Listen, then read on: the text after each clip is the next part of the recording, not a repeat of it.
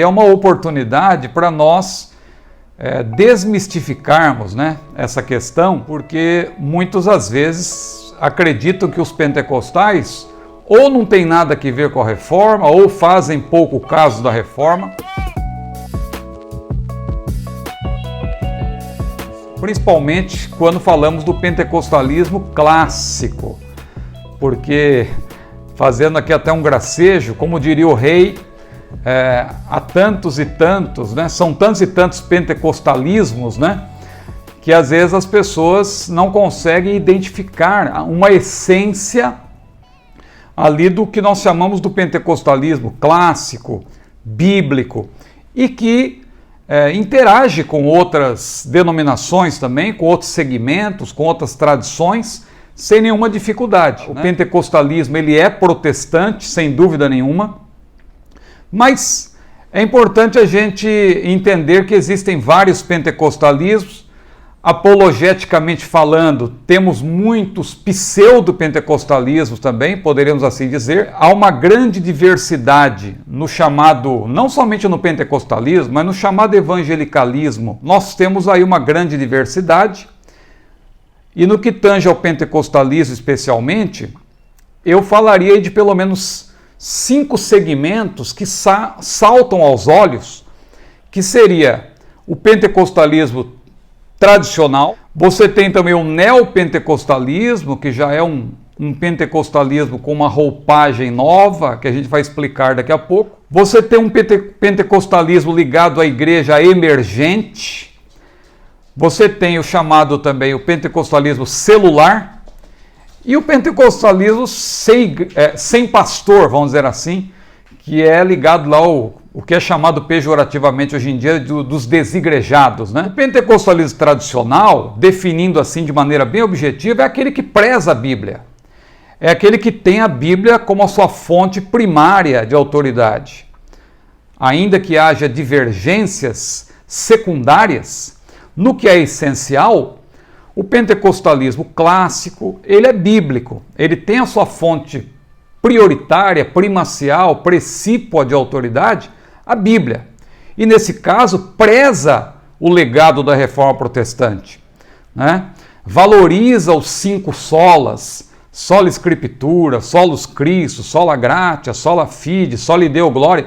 Tudo isso é muito caro para o pentecostalismo clássico. O neopentecostalismo, ele acaba sendo um pouco mais inclinado ao misticismo, né? Claro que não podemos generalizar, colocar tudo no mesmo bojo, mas de modo geral o neopentecostalismo já tem aí uma outra fonte de autoridade, vamos dizer assim, que não é 100% a Bíblia. O pentecostalismo da igreja emergente, ele é considerado inclusivo, atende os anseios do homem pós-moderno. Sua fonte de autoridade também passa a ser aí os pressupostos do pós-modernismo, o multiculturalismo, o pluralismo, o relativismo e assim por diante. A igreja emergente, que é um movimento que nós sabemos que, claro, não está ligado exclusivamente ao pentecostalismo, mas tem aí gurus, né, muito articulados, como por exemplo Brian McLaren, Dan Kimball, cujas ideias agradam muito também aos progressistas aí, não suportam muito ouvir sermões expositivos ou sermões também tópicos, né? Não gostam muito de teologia sistemática, não gostam muito de pregação contra o pecado. Então é um segmento aí, né, que também está um pouco distante dos ideais da reforma protestante. O pentecostalismo das igrejas celulares também, né? Aí mais conhecida, igrejas mais conhecidas por algumas siglas que vou preferir aqui não citar para não ferir suscetibilidades. E o chamado pentecostalismo sem pastor, que eu já citei, que é o movimento dos desigrejados, né? Usando um termo pejorativo. A minha posição, então, que eu vou esposar aqui, que eu vou apresentar aqui, é a posição do pentecostalismo assembleiano, né? Que é um pentecostalismo clássico. Quem classifica, por exemplo, o pentecostalismo em ondas, como no caso lá de Paul Freston, lá em 1993, né? Então, a Assembleia de Deus estaria naquela primeira onda, que vai de 1910 a 1950, que abrange pelo menos 3 igrejas importantes.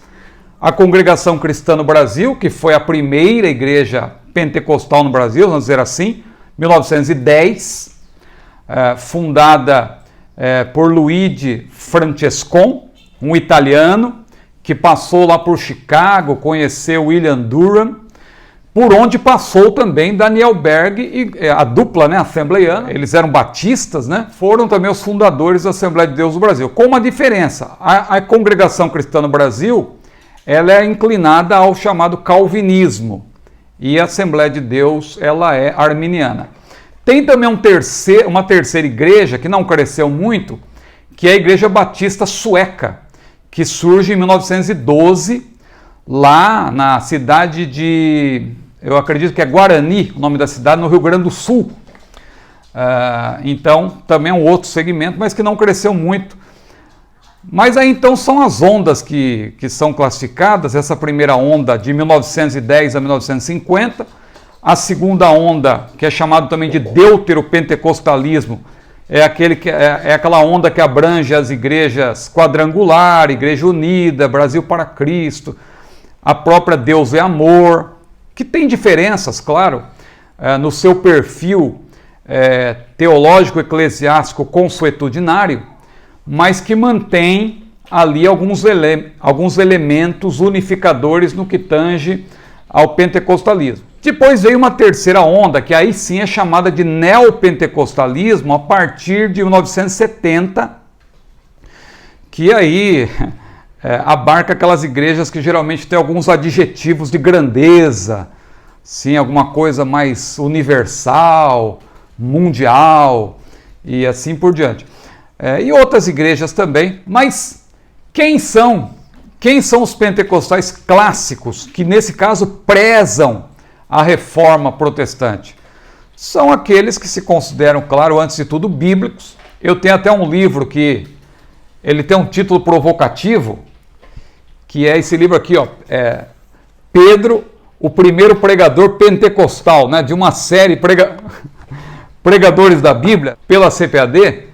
Eu coloquei esse título porque, claro, nós que somos pentecostais, é evidente que nós cremos, que nós derivamos, né, as nossas doutrinas da própria Bíblia. Se você perguntar para um presbiteriano, para um batista, ele vai dizer a mesma coisa. Não, nossas doutrinas são bíblicas.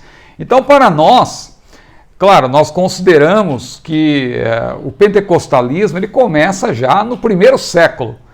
Pedro foi aquele que apresentou a primeira pregação pentecostal. De acordo com a história, aquilo que nós vemos como um reavivamento da fé pentecostal, claro que de maneira geral é considerado a origem do movimento pentecostal no início do século XX, aquele movimento que, claro, ele não é uma seita, não é algo que surgiu assim do nada, claro, ele advém de outros movimentos que também são oriundos da reforma protestante. Então, quando surge o denominacionalismo, começam a surgir vários movimentos ali a partir dos puritanos, e aí você tem o movimento wesleyano, depois vem o movimento holiness, o movimento de santidade, e quando chegamos no início do século XX, aí que começa de fato a florescer o que hoje é chamado de movimento pentecostal clássico, que permanece até hoje, né? Então é esse movimento que não tem nenhum rompimento com a reforma, né? Equivoca-se quem pensa isso.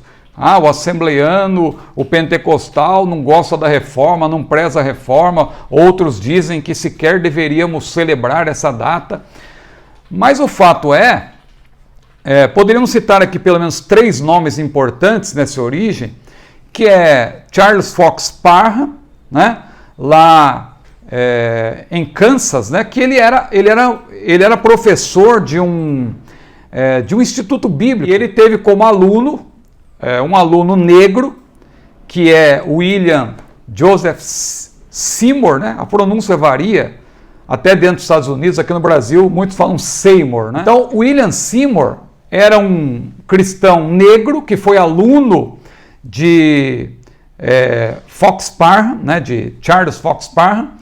Há acusações, aí pesam algumas acusações, dizendo que o Parham era supremacista e tal, e que deixava William Seymour para o lado de fora, mas o fato é que William Seymour assistiu às aulas, aprendeu com ele, e quando ele foi para Los Angeles, já tinha havido lá um movimento em Kansas, ali, um movimento pentecostal, por volta de 1901, já tinha havido ali batismo no Espírito Santo, né? E então houve lá em Los Angeles, na famosa rua Azusa, especialmente no ano de 1906, um grande avivamento da fé pentecostal. E isso também se irradiou para Chicago, lá com William Durham, que é outro nome que eu já citei. Até hoje nós temos igrejas que mantêm aí a sua mesma origem. Claro que houve algum distanciamento no que tange a parte consuetudinária, a parte de usos e costumes, a parte eclesiástica também houve algumas mudanças, mas no que tange a parte teológica, é importante afirmar-se que desde 1916 a Assembleia de Deus tem uma declaração de fé, uma declaração de verdades fundamentais. Muita gente pensa que essa declaração de 2017 é a primeira declaração de fé da Assembleia de Deus. Não, essa é uma versão brasileira que está em perfeita sintonia com a primeira, que é de 1916. A de 1916 é a nossa primeira declaração de verdades fundamentais. Ali está todo o nosso arcabouço doutrinário, e esse arcabouço não se modificou. Em 1960 houve uma revisão, foram surgindo livros, mas revisão apenas no que tange a forma. As doutrinas se mantiveram, com pequenas variações, mas na questão da sistematização, evidentemente, mas nós mantemos o mesmo arcabouço ali, que são 17, 18 doutrinas que consideramos fundamentais e que estão em perfeita, nesse caso, no que tange ao essencial, está em perfeita harmonia com a Reforma Protestante. Então, nós que somos pentecostais, como que nós vemos a Reforma Protestante? O que significou a Reforma Protestante para nós? Primeiro, nós afirmamos que ela significou um resgate da soteriologia bíblica, não é? A justificação exclusivamente pela fé, pela graça de Deus, ou seja, nós não somos pelagianos nem semi-pelagianos. Claro que um irmão leigo, um novo convertido, ele pode usar talvez aquelas ilustrações, olha, dê um passo para Deus, que Deus vai dar 2 para você e tal, se você se dirigir a Deus, Ele virá para você, como que dando a impressão de que a iniciativa é do homem para a salvação. Mas na nossa declaração de fé, nos nossos periódicos oficiais, nas nossas lições bíblicas publicadas pela CPAD, ali está a nossa posição oficial, de que nós, claro, não temos essa posição pelagiana, nem semi-pelagiana. Nossa posição tem a ver mais, claro, com a herança armínio-wesleyana. Não somos calvinistas, mas cremos na salvação 100% pela graça. Então, nesse ponto, nós vemos a Reforma Protestante como um resgate da soteriologia bíblica. Um outro resgate importantíssimo, porque eu creio que a Reforma Protestante foi um resgate do que havia nos primeiros séculos. Graças a Deus que a Reforma surgiu num tempo também em que a imprensa surgiu ali, a imprensa de Gutenberg, então isso fez com que a mensagem da Reforma se difundisse por toda a Europa e depois também atingisse outros lugares. Mas um ponto importante é o resgate da interpretação bíblica, literal. Porque quando nós estudamos um pouco da história da interpretação da Bíblia, a Editora Vida tem uma obra que é um clássico também, que eu não sei se o livro mantém o mesmo nome, era a Hermenêutica Avançada, de Henry Virkler. Ali também tem um resumo, né, dessa história, que eu considero muito importante, a história da interpretação da Bíblia. Porque o Senhor Jesus e os apóstolos, eles colocaram a semente do que hoje é chamado do método histórico-gramatical. Aquele método pelo qual, quando nós estudamos a Bíblia, nós tomamos a passagem como literal, como histórica, e o próprio contexto é que mostra se há margem para alegorização ou não. Nós não temos permissão para alegorizar o que é literal, nem literalizar o que é alegórico. Por exemplo, uma parábola é uma parábola, evidentemente, o próprio contexto mostra isso, né?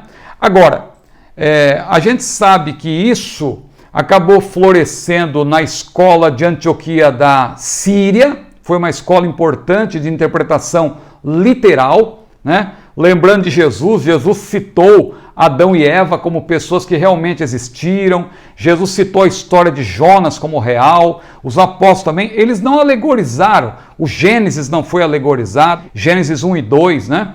Era considerado como de fato uma narrativa da criação, os dias da criação, mas depois acabou surgindo em Alexandria, no Egito, a história alegórica, com Filo de Alexandria, que foi um contemporâneo de Jesus, mas suas ideias elas foram mais conhecidas ali no segundo, no terceiro século, mas Filo de Alexandria, depois Orígenes, e Agostinho também, que foi um grande teólogo, sem dúvida nenhuma, ele acabou sendo muito importante para que essa escola de interpretação alegórica ela se mantivesse por toda a Idade Média praticamente, com poucas exceções. Então, quando houve a reforma no século XVI, em meio à Renascença, houve um resgate desse método histórico, o que é chamado hoje de método histórico-gramatical, ou método gramático histórico, né? Que toma o texto sagrado como literal, respeita o contexto. Então, isso foi muito importante. Então, nós da Assembleia de Deus, nós prezamos muito esse método histórico-gramatical. Claro que depois, ali, no período do Iluminismo, surgiu um outro método, o método histórico-crítico, que é mais voltado à razão e tal, que tem também a sua importância, mas o que eu considero importantíssimo do método histórico-gramatical é que ele parte do pressuposto de que a Bíblia é a palavra de Deus, e que nós nos achegamos para estudar a palavra com reverência, e então isso é muito caro para nós. O que une o evangelicalismo de maneira geral, o que une batistas, pentecostais, presbiterianos, claro que temos muitas divergências de ordem secundária, mas o que une todas as denominações que prezam a reforma é aquilo que é essencial, né? O que está nos credos universais, a trindade, a dupla natureza do Senhor Jesus, ou seja, a união hipostática, a vinda de Jesus, né? Porque todos nós cremos na vinda de Jesus. Claro que há uma diferença, alguns são milenaristas históricos, outros são pré-milenaristas dispensacionalistas, outros são amilenaristas, outros são pós-milenaristas. No que tange ao tribulacionismo, alguns são pré, outros são pós, outros são meso, e tem escolas novas também surgindo, escola pré-ira e etc. Mas todos nós cremos que haverá uma segunda vinda, como está lá em Hebreus, capítulo 9, que o Senhor Jesus, tendo aparecido a primeira vez, sem pecado, aparecerá a segunda vez aos que o esperam, ou aos que o aguardam para a salvação. Então, todos nós cremos na segunda vinda e isso é essencial, né? E o que é essencial também, e está relacionado aos credos universais, são os chamados 5 solas. Para nós pentecostais, sola gratia, nós prezamos porque a graça de Deus de fato se é manifestado trazendo salvação a todos os homens. Então nós cremos que a salvação ela é 100% pela graça.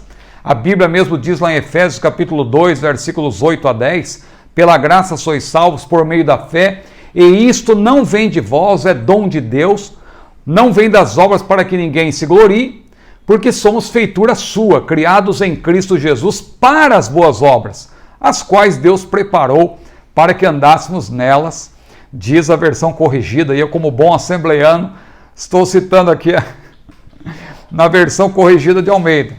Então veja, sola fide, né, a salvação não é pelas obras, ela é pela graça, e o meio para receber esta dádiva, claro, é a fé, é pela fé que nós recebemos essa bênção maravilhosa. Solos Cristos, O evangelho ele é cristocêntrico, nós não abrimos mão disso. Há outros segmentos que eu chamei no início de pseudo-pentecostais, justamente porque acabam se inclinando para o antropocentrismo. São muitas vezes movimentos à base aí do pragmatismo, à base do hedonismo, e que muitas vezes não são tão bíblicos. Agora, o pentecostal que se preza, embora ele esteja aberto aí, né, como no caso de Wesley também, que muitos falam daquele seu quadrilátero, né, o quadrilátero de Wesley, que Wesley prezava a experiência, prezava a tradição e também prezava a razão, mas ele tinha como fonte primacial a Bíblia. Embora ele prezasse esse quadrilátero, mas o que era fundamental para ele era as Escrituras. Da mesma forma, nós não vemos as experiências, a própria tradição, a nossa razão, que é importante, como uma fonte primacial, precípua de autoridade. Nós devemos submeter tudo isso à própria Bíblia. Devemos interpretar as nossas experiências à luz do que diz a palavra de Deus. Por isso que na Assembleia de Deus temos também um movimento apologético que critica essa própria diversidade pentecostal aí, né? Então fazemos também uma autocrítica, porque a Assembleia de Deus não é perfeita, e a Assembleia de Deus também se dividiu e se subdividiu. Temos muitas convenções, temos muitos ministérios. Então por isso que muitas vezes quando eu vou explicar a Assembleia de Deus, eu gosto de citar a nossa declaração de fé, porque é ali que você vê o que a gente realmente esposa, o que a gente realmente apresenta. Mas claro, se observarmos aí algumas igrejas, alguns segmentos, a gente pode ver que não tem havido aí uma sintonia com essa nossa declaração de fé. Então estamos aí em perfeita sintonia com os 5 sola, soli Deo Glória, sola Escritura. Não queremos atualizar a Bíblia, porque a Bíblia é a nossa regra de fé, a nossa regra de prática, a nossa regra de vida e a nossa fonte primacial de autoridade.